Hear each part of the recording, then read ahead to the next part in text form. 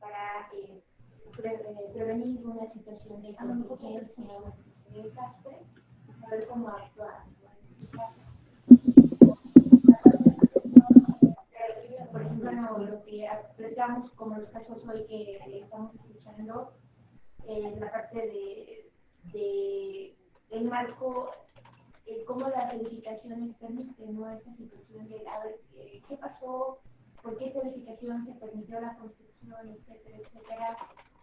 Protegemos a través de que los niños puedan, de que en este caso las personas puedan salir, ¿no? De derecho a la vida, ¿no? Lo hablamos de los especialistas, llegan y dicen, ya no hay nada que buscar, cuando sí hay, no todavía vida que buscar y asegurarnos, ¿no?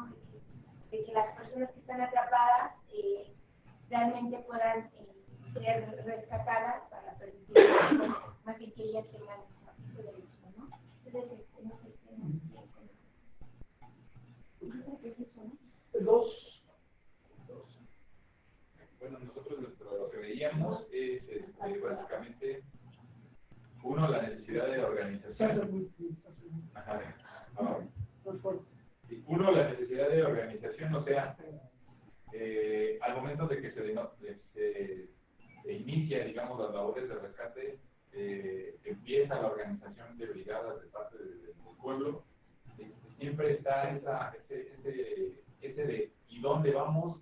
Y hacia dónde, y dónde está vaya pues, el punto donde podemos actuar, ¿no? Y a veces cuando dar el ejemplo, ¿no? Que estaban en un lugar y van a otro lugar, en el otro lugar ya piensan que ya no necesitamos gente, ¿no? Entonces, esa acción denota parte de que hay una necesidad de organización, tanto de un lado, los que actúan, que tienen la voluntad de hacerlo, como desde el otro lado, que es los que ya están ahí, ¿no? En ocasiones, a pesar de que tienen la voluntad de hacerlo, no saben más que, pues, a lo mejor poner manos, y lamentablemente no hay ¿cómo se llama? Ese feeling, ¿no? Para saber, en esos casos, qué es lo que debemos de hacer, ¿no? A largo plazo también viene, pues, la necesidad de organizar. O sea, ya sucedió el evento, ya se cayeron las casas, ya hay personas fallecidas, ya hay esto, bueno, sí, pero existe la necesidad de organizarse dentro de los lugares y también es un derecho a la organización. De hecho, también a prepararnos, ¿no? O sea, que dices, esto sucede, es un evento natural, va a seguir sucediendo, como sucedió hace 32 años, como sucedió hace 5, etcétera, etcétera. Siempre cada año tenemos un evento que viene con estas características, pero sin embargo, el derecho a ser preparados para atender este tipo de emergencias es un derecho que se debe de aplicar, de promover y de protegerse, ¿no? La red de comunicación también, esta parte de que hay muchos medios de información abiertos y cerrados, vaya pues, en los cuales uno trata de atenderlo, pero también dentro de la acción en la organización, puede generar a lo mejor niveles de filtro, ¿no? Que van vinculados a la parte de la organización. ¿Por qué? Porque no puede uno estar dando esfuerzos para ir de un lado de la ciudad a otro lado de la ciudad para terminar haciendo solo un esfuerzo, porque del otro lado resulta que no hay nada, ¿no? O que ya hay mucha gente, ¿no? Entonces, también esta parte de la necesidad de, bueno, hay viviendas afectadas, hay personas que han fallecido, el derecho a, viene la necesidad, ¿no? También promover la necesidad de que, bueno, se cayó tu casa, entonces tienes un derecho a que se te reponga, que haya un algo después, ¿no? Algo que un compañero decía, hoy hay lugares donde hay acopio, donde llega gente, en un mes eso desaparece, ¿no? Como arte de magia, como si no existiera nada, y sin embargo tu casa sigue tirada, ¿no? Entonces viene la necesidad de promover esta parte si yo tenía una vivienda, y de hecho que yo siga teniendo una vivienda, ¿no? Bueno, nosotros somos el equipo 3, un poquito más concretos, nos enfocamos más en lo que es reflexión, teoría y práctica. y para nosotros la alerta sería identificar el problema y sus causas. Al mismo tiempo identificar que la información que se está vertiendo se asegure y se certera. Para lo que es promover, nosotros sacamos la conclusión de que es orientar a la sociedad de los diferentes mecanismos que existen para proceder conforme a derecho y orientar también a la gente para que el Estado cumpla para lo que fue creado.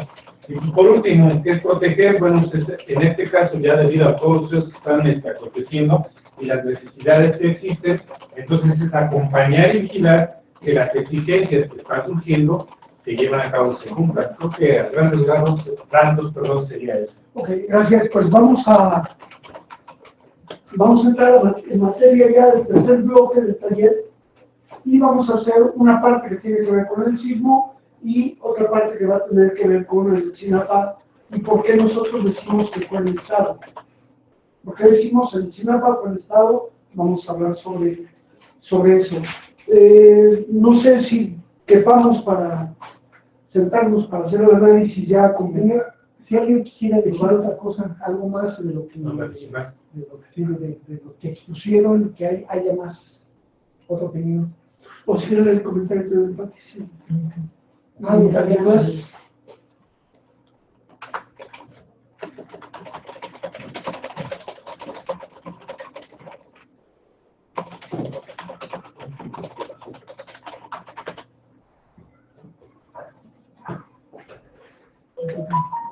No.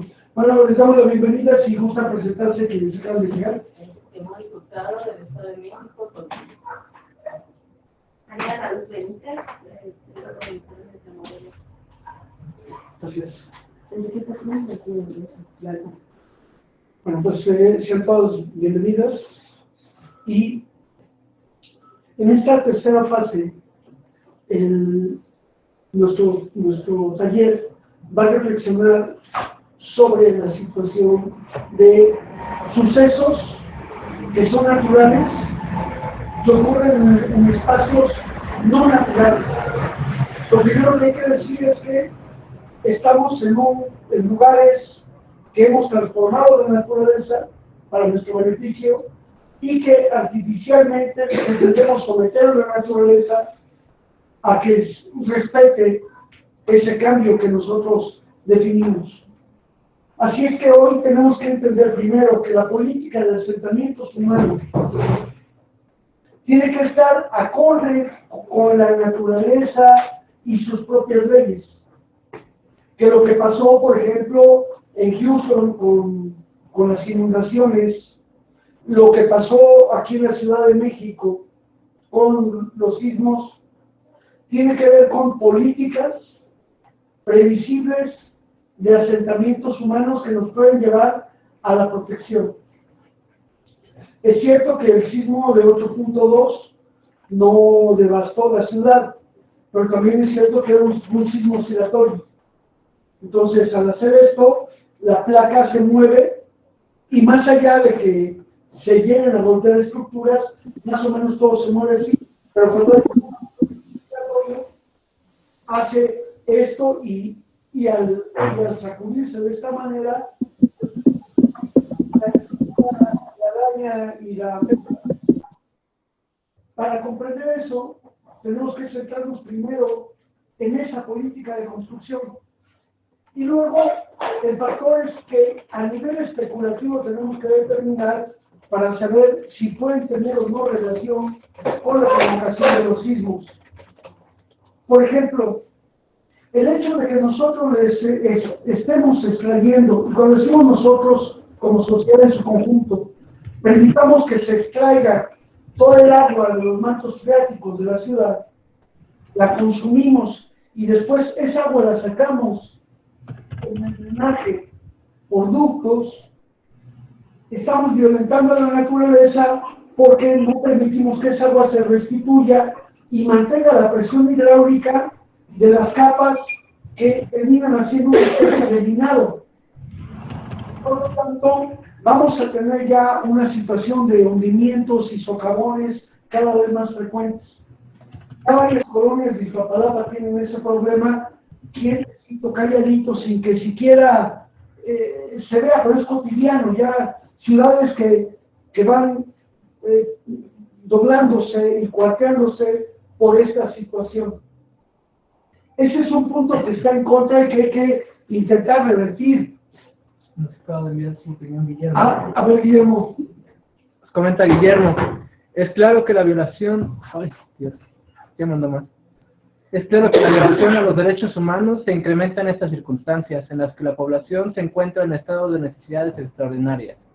Decía que algo específico que podría requerirse en materia de derechos humanos en estos momentos es información sobre los protocolos de rescate, definición de prioridades, traslado de heridos y restos humanos, decisiones de gobierno. Todo esto a través de canales oficiales y certeros de información a afectados en primer lugar y a la sociedad. No dejar en manos de medios ni privados ni de redes sociales que no garantizan objetividad ni estricto apego a la realidad. La información es vital del Estado. Bueno, vamos a ir recogiendo también estas opiniones. Estamos primero en la parte de alertar. Cuando hablamos de alertar, es colocar la situación al resto que tal vez no logra captar todo lo que pudiéramos nosotros estar viendo.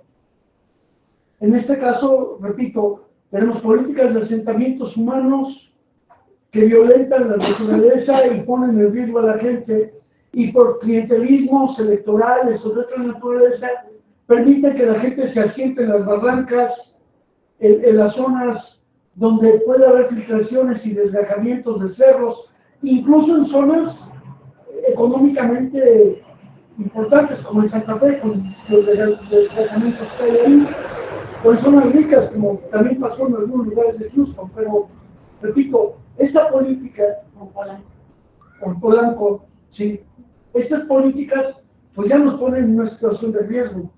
Lo curioso es que, por ejemplo, mientras se sigue padeciendo todavía de falta de agua potable en Iztapalapa y se da por tandeo, se construyen megatorres que no tienen problemas de agua ellos, y la acaban de construir hace unos años y ellos nunca tendrán problemas de agua, mientras allá hay personas que tienen 40, 50 años viviendo pidiendo que les den el agua.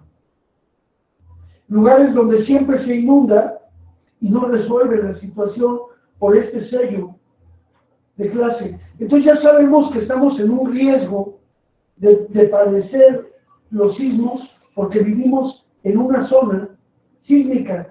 Antes podíamos decir que se debía a la mala voluntad de los dioses, a un mal que nos habían echado. Hoy todo es previsible y ya se sabe que son ajustes de las placas tectónicas y demás. ¿Cuándo va a ocurrir otro sismo? No lo sabemos. Lo que sabemos es que va a ocurrir. Y lo primero es no dejarnos llevar por la especulación de quienes dicen que ya vino un megasismo de 10 puntos no sé cuántos grados, y etcétera, con ese tipo de cosas. Eso no alerta ni ayuda a promover ni a proteger nada, al contrario, lo que abona es al miedo, al terror, a la descalificación. Uno de los puntos importantes al alertar es: escuchemos la información válida, contrastada, veraz, verificable.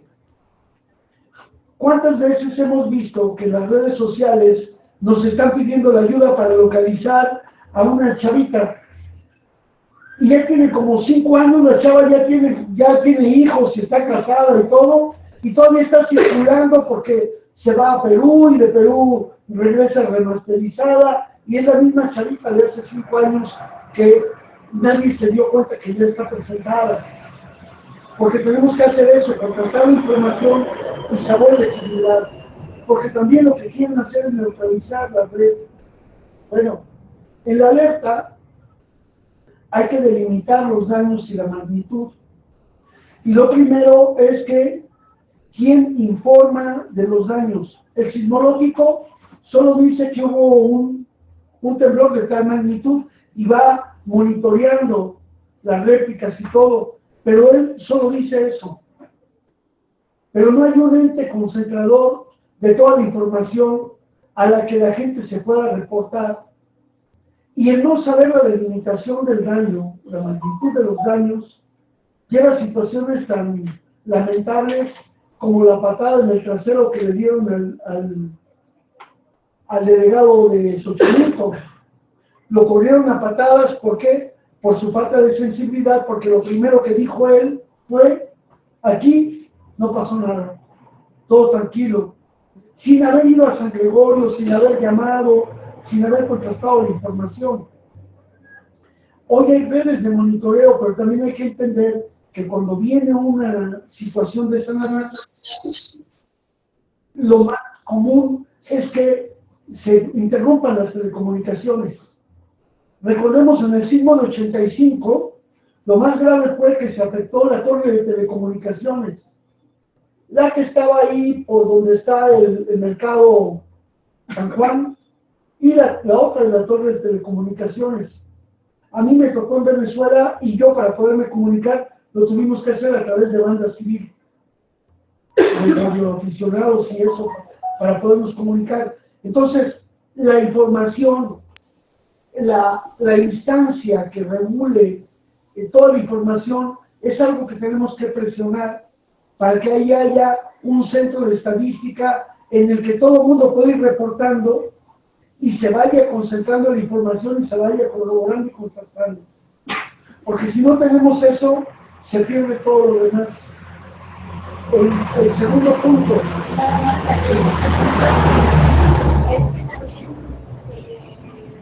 El temblor del 85 fue hace 32 años. Sí. Y hace 32 años, pues uno piensa en la gravedad de las cuestiones de la cosa. Pues tendríamos que ser críticos a estas nuevas comunicaciones, ¿no? Porque ¿dónde están? ¿Hasta qué momento se abrió la wifi, no? ¿Hasta qué momento de verdad Slim y todas las empresas vieron lo que nos están vendiendo, que se supone que es una señal buena, una señal rápida? Y también, pues, esta cuestión de que dicen que se cayó, que estaba saturado el sistema, pero ¿quién pudo hacer una llamada? Y no pudieron hacer llamadas de los teléfonos. Quiere decir que no sirve su sistema, ¿no? Quiere decir que a 32 años la tecnología no ha avanzado como ellos lo dicen, aunque debiera de ser así. Entonces, creo que también hay como en ese análisis de decir, bueno, no es como antes, que el proceso tecnológico de avance era lento. Ahora ha sido revolucionario, ¿no? Lo que también ha surgido es que desinforma, bueno, nada más Desinforma y el costo. Porque nosotros estamos pagando por algo que nos están vendiendo. El costo de algo que no sirve, que no nos ha servido para esta comunicación que tendría que estar sirviendo. Sí. Bueno, lo que nos debe llevar es, uno, cuando vamos a alertar, nosotros tenemos que responder a dos elementos fundamentales: magnitud y trascendencia. O sea, ¿qué tan grande es un fenómeno? ¿Qué tan grande es un problema? ¿Y cuál es su trascendencia? Por ejemplo, la tortura es un fenómeno gravísimo, tiene mucha trascendencia, pero a veces la magnitud son unos cuantos casos. Aquí, en la trascendencia del hecho, es que el daño mayor es cuantificable y estamos por el orden de los ya casi 300 muertos. El número de heridos no lo sabemos. No sabemos, todavía el sismo del 85, si preguntamos cifras oficiales, no se sabe cuál es el número real. Hoy, repito, se contabilizan 250 muertos hasta ayer en la tarde. No sabemos hoy cuántos ya sean, pero hay que tener la magnitud del hecho, cuántos muertos, pero ese no es el daño. Es el más trascendente, el más grave, el más triste. ¿Cuántos muertos? ¿Cuántos heridos? ¿Cuántos damnificados? ¿Y cuántos van a quedar sin casa? ¿Y cuántos van a tener que invertir para reparar todas las vicisitudes? Tan solo unas para darles un ejemplo, aquí se cayeron 2 anaqueles grandes, 2 grandes. Y se han llevado una semana 5 personas para tan solo acomodar los libros, no para volverlo a acomodar como estaba antes, 5 personas, aquí por 2 pequeños anaqueles que han estado trabajando o vinieron a trabajar. Ahora imagínense todo lo que significa el resto. Bueno, entonces la magnitud del daño hay que delimitarlo. ¿Cómo lo vamos a delimitar si no hay instancias oficiales? Protección Civil sería la entidad que debe de estar orientando y actuando, y todo el mundo llamamos a Protección Civil para que evalúe los daños y no contesta. Lo hicimos ayer, ¿no? Y están colapsados todos. Bueno, ese es uno de los puntos. No tiene gente que trabaja, ¿no? No tiene gente para venir a verificar. Y la gente que viene, nos digo que el Xochimilco no está preparada, ¿no? O sea, es una situación que muchas gentes están viviendo y que tienen que ir o pagar, o con quienes son de apoyo comunitario que están yendo a checar cómo están, ¿no? Incluso ahora dicen, y esto hay que tener cuidado, que no puedes tirar ni mover nada si no ha habido alguien de Protección Civil que haya dicho que eso se mueve. Si no, pero no hay como, contrariamente no está esto, ¿no? También en los centros de acopio no puedes tú tener ya, eso están diciendo, que tú no puedes realizar un centro de acopio si no te lo permiten ellos, si ellos no lo han registrado. Si no está debidamente registrado, no quieren que hagan centros de acopio. Entonces, esta situación que en lugar de protegernos, nos está generando una inseguridad y una inestabilidad, incluso la pérdida de la vida dentro de los espacios. Entonces, lo que tenemos que ir haciendo es, en este momento, algunos de nosotros, para empezar, que pueden tomarlo como los datos, porque de aquí vamos a ir trabajando. Y las constructoras, ellas siguen trabajando. Es el negocio de inmobiliaria, pero tienen muchas empresas transnacionales y muchas de esas son israelíes, siguen trabajando en esta idea de venderte un espacio, un lugar de zapatos carísimo y todo, no cuenta con toda la evaluación de riesgo. Ajá, la evaluación de riesgo no la cuentan. Entonces también ahí tendríamos que poner ojo, ¿no? ¿Cuál es la empresa? ¿Con quién, de dónde viene, cómo colabora?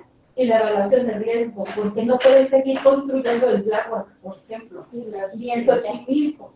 De verdad es terrible. Nos fuimos a meter a los lugares ayer y es algo. ¿Cómo puede vivir la gente ahí? Aquí está la construcción de su casa y aquí está el agua. No es como una Venecia mala onda, ¿no? Entonces, sí, de verdad es horrible, ¿no? Aparte de eso, pues el agua en muchos lugares empieza a estancar el agua. El agua no corre y entonces está generando otras situaciones también de... Y a veces para pasar de un lugar a otro, tienen que tener su puentecitos de madera para los que son pobres y no tienen de otro material, que los ponen en riesgo para salir, va a ser difícil, ¿no? Se están hundiendo los puentes, ¿por qué? Porque pues, como lo que pasó apenas, que se fue un pedazo de tierra, pues el agua se va, pues entonces los puentes se están cayendo. No es solamente que se me cayó la base de toda la estructura donde se está construyendo, como decía Adrián, en lugares que no son para vivir. Sí, es una situación que nos hace pensar en lo que decir. Quienes están sufriendo la mayor crisis pues son pues una clase social, ¿no? Que es la menos protegida y que al Estado no le importa y no le interesan las vidas. Es algo que ellos no están ponderando, ¿no? O sea, si de entrada no le interesa la vida, pues qué más da que vivas en un lugar donde se está cayendo, ¿no? En la Roma y en la Condesa dieron los permisos legales para habitar edificios que no eran habitables ya desde el terremoto del 85.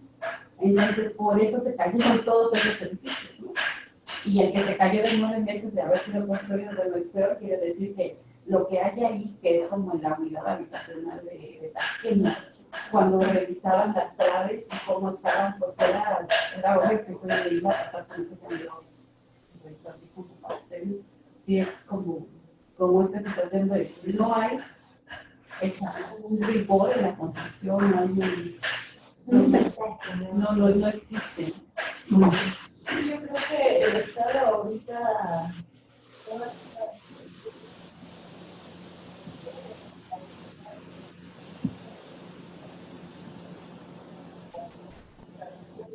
adecuadas o inexistentes.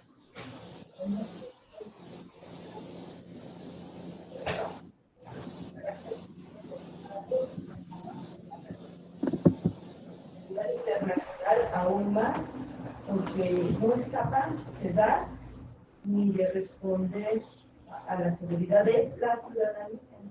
Sí, además también tenemos una justificación. Ellos dicen, hay que pagarles mejor salario para que no caigan en corrupción. Y claro, con un salario como el de los de la Suprema Corte de Justicia de la Nación, ellos en favor de quién fallan. Si con esos salarios que tienen, pues ya la revolución les ha hecho justicia, ellos también, y entonces quien les paga asegura para sí la impunidad de sus fallos judiciales. Ese es el otro asunto, y por eso es tan importante la manera en que el poder ha diseñado el modelo de Estado, porque permite esta corrupción. No les importa que le estén metiendo a las losas, les estén metiendo unicel, están haciendo mallas de unicel, o sea, una malla de alambrón con unicel, y con eso ponen la placa. Y pues estamos viendo lo que sucede con respecto a eso. ¿Qué pasa con respecto a eso? Entonces nos vemos ante ese fenómeno de la corrupción, ese fenómeno de la corrupción que hace que, a pesar de que ya sabemos cómo prever y delimitar un daño, se permite por esa ganancia que se logra de las construcciones. Por eso la Casa Blanca y el Grupo IGA, por eso el socavón de la autopista Express, por eso tantas y tantas cosas que se están dando. Bueno, ¿cuál es lo que nosotros vamos evaluando? Es que la buena voluntad no es suficiente. Defender derechos también no es suficiente la actitud que tenemos para con la gente. Yo me acuerdo que la primera vez que hice mi ejercicio de derechos humanos, mi actuar no fue exitoso. O sea, terminé con un golpe en la panza que me sacó el aire y en los separos de la policía. En los separos de la policía, ¿por qué? Porque simplemente nos dejaron ahí, porque yo reclamaba de que no se llevaron unas personas. Y dijeron, ¿qué son puntos? No, pues nada, no, solo también vas para arriba, ¿verdad? No basta la buena voluntad. Y de la misma manera, hoy, aquí vimos cómo el tocar la sensibilidad de las personas lleva a la gente a actuar de inmediato y casi de manera reflexiva. Decían, aquí se necesitan gasas, vendas, agujas, y llegaba inmediatamente la gente, iba, salía, compraba y llevaba, ni siquiera las tenía. Iba y compraba, que se necesita una pala, pues compraron palas, picos, llevaron para ayudar. Y después decían, no, ya no queremos eso. Comida. La comida sobró porque la gente sale con el entusiasmo de ayudar porque ahí ni se piensa el asunto. Vimos que apenas cayeron algunos edificios y la gente no se puso a ver de que aquí vamos a hacer tal cosa y que vamos a cavar un túnel y vamos a ir apuntalando, como si estuvieran trabajando en una mina. No, la gente vio que había una persona ahí gritando y demás, y con las manos, como pudo, rascaba y sacaban a la gente de los escombros. Ese es el actual inicial. Pero después ya viene todo lo demás, en el que hay tal entusiasmo que se desorganiza y la gente por sí misma también obstaculiza el hecho. ¿Por qué? Porque entonces vamos en masa y no puede pasar los cuerpos de rescate, no puede pasar la gente, porque nosotros ahí vamos en una bola grandísima. ¿Y tú qué vas a hacer ahí? Y yo voy a ayudar. ¿En qué? Pues yo voy a ayudar. Sí, pero ¿qué sabes hacer en esa ayuda? Pues yo sé ayudar. Y muchos terminan como porra, estuvieron formando, esperando ahí a ver si les daban chance de darle 2, 3 picos y palazos a la suya. Hubo mucha gente que lo que quería era sacar escombros, ¿no? Pero yo creo que también dio la oportunidad de ver la actuación del Estado, ver la actuación de las fuerzas militares y estatales y las serenas, que cómo actuaron, cómo llegaron, porque efectivamente quien actuó primero fue la sociedad civil, pero creo que la sociedad civil logró organizarse, logró decidir cómo se iba sacando, con gente que venía de retratistas o topos, ¿no? A mí me tocó estar en Tasqueña, pero cuando llegó el ejército, llegó aventando, o sea, cuando tú llegabas ahí, te decían, ¿qué traes? No, pues necesitamos esto, si consigues algo, entras, ¿no? O decían, fórmate en la fila de piedras, o allá se necesita que ve con los que están en medicina, ve con los que tienen víveres, eso, ¿no? Incluso había quien decía, allá están las familias, ¿qué sabes hacer? O sea, sí, no había organizaciones, pero la organización tiene que dar lo más fuerte cuando ellos acordonan la zona. Cuando te dicen, no te necesito, regrésate, no te necesito, y se empieza a popular realmente un más reciente, ahí donde yo estuve, que fue como a las 6, 7 de la noche que empezó a llegar los militares. Y empezaron a decir, sí, la gente que se iba era porque iba a conseguir su parra, su casco, y creo que llegó un momento que todo el mundo lo tenía. Pero la actuación del ejército pues fue esa, puedes movilizar y puedes organizar, ¿no? Yo decía, bueno, había quienes paraban el tránsito, había quienes hacían las labores de tránsito, quienes estaban desviando, quienes todo. Cuando llegaron ellos a tomar, fue un caos total. Eso sí, sí creo, y sí creo que también pues la mayoría están enfocados en ir a sacar el cobro sobre esa cosa y no están viendo todo lo demás que hay alrededor de Bueno, ante la revisión de lo que hay, es importante que se vayan estableciendo guías de actuación, guías de intervención. Es más, debemos empezar primero por reflexionar nosotros qué actitud y qué sabemos respecto a nuestra concepción. O sea, tenemos que alertarnos de que en caso de, no sé si ya todos tienen sus papeles en una mochilita, en una cosa donde tengan todas sus inversiones, todos los euros, todo lo que hay. Sí, ¿por qué? Porque nosotros ya tenemos que tener un maletín. Cuando viene, tomamos ese maletincito, de preferencia que sea una mochila, porque si él, sabes, con tu maletín y afuera me lo quitan, pasan unos chavos, porque ya van a saber todo el mundo que si tú sales con tu maletín, ahí vas a llevar seguramente identificaciones, dinero, escrituras de la casa, cosas así. O sea, hay que tener una posibilidad de resguardo para que sepamos que si algo pasa, sabemos que en ese lugar, en tal, está ahí el maletín, la caja negra de la casa, donde ya se va uno por ahí. Esa es, para empezar, una de las cosas. ¿Cómo ubicamos los sitios seguros de nuestra casa y del lugar? Otra cosa importante de la gente que me estoy acordando que estaba ahí era, yo ahora pienso que no hay nadie de más, ¿no? O sea, de esto no hay nadie de más, porque cuando estaban ahí alguien gritaba, necesitamos un horno, y entonces la gente iba por un horno, ¿no? La más cercana. Necesitamos un médico, y había médicos. Necesitamos un electricista, necesitamos un carpintero, necesitamos... O sea, y entre la gente del común había de todo, ¿no? Entonces, sí creo que es como canalizar la organización. Y por otro lado había quien decía, esto no lo puede hacer el ejército. Cuando llegó el ejército llegó con máquinas y entonces dijo Tasqueña, vamos a entrar. Y entonces se dijo, pero ¿por qué vas a entrar? ¿No? Si todavía hay búsqueda. Y eso fue desde las 6 de la tarde del primer día. Dijo, no, nada más, porque cuando se dice, ¿por qué vas a entrar si todavía hay búsqueda? Como si había un chingo de gente que también para eso servimos, para alborotar. Entonces la gente dijo, no vas a entrar, ¿cómo crees? ¿No? Y entonces ellos también se apaciguaron. Sé que en Tasqueña ahorita quieren entrar las máquinas ya, y que hay gente que no nos está permitiendo, pero eso está pasando, ¿no?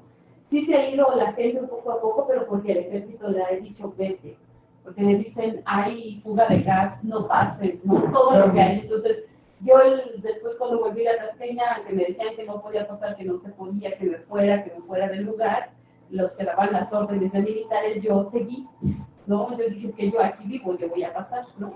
Entonces decían, bueno, entonces pásate, ¿no? Pero ya, aún así había muchísima gente que logró no permitir cosas a ellos, ¿no? A ejército. Entonces, eso también me parece que es bueno y que haya quien también les esté diciendo, esto es nuestro derecho, esto lo podemos hacer, porque hay gente que se pone al servicio de ellos, ¿no? Había un chico que me decía, discúlpame, pero esto no se puede hacer, lo siento, y le dije, a mí no me pidas disculpas y no me digas que no lo puedo hacer, porque yo sé que lo puedo hacer, ¿no? Pero lo que ellos están haciendo está mal y no se lo dices, ¿por qué les tienes miedo, no? Y ellos lo están haciendo mal, ¿no? Incluso la gente decía, tú estás a mi servicio, cumple, y lo que queremos es que te vayas. Entonces, creo que eso también empoderó a la gente, ver que otra gente tenía una respuesta contraria a la sumisión y al ya no hay nada que hacer. Decía uno, es que yo soy una autoridad y ya hagas como hagas, y dijo el otro, no, ni más, que la autoridad somos nosotros, entiéndelo, ¿no? O sea, este chip que ya trae mucha gente es el ejército y viene armado y ellos son la autoridad, los dejó en otro ámbito, porque aparte se les exigió no entrar armados y no estaban armados en las labores, ¿no? Entonces también eso generaba un poco de tranquilidad a la gente, aunque ellos querían actuar, hubo confrontación, hubo aventones y todo, pero al final lo hicieron, ¿no? Que es un poco lo que pasó allá con las costureras, pero creo que eso también genera el que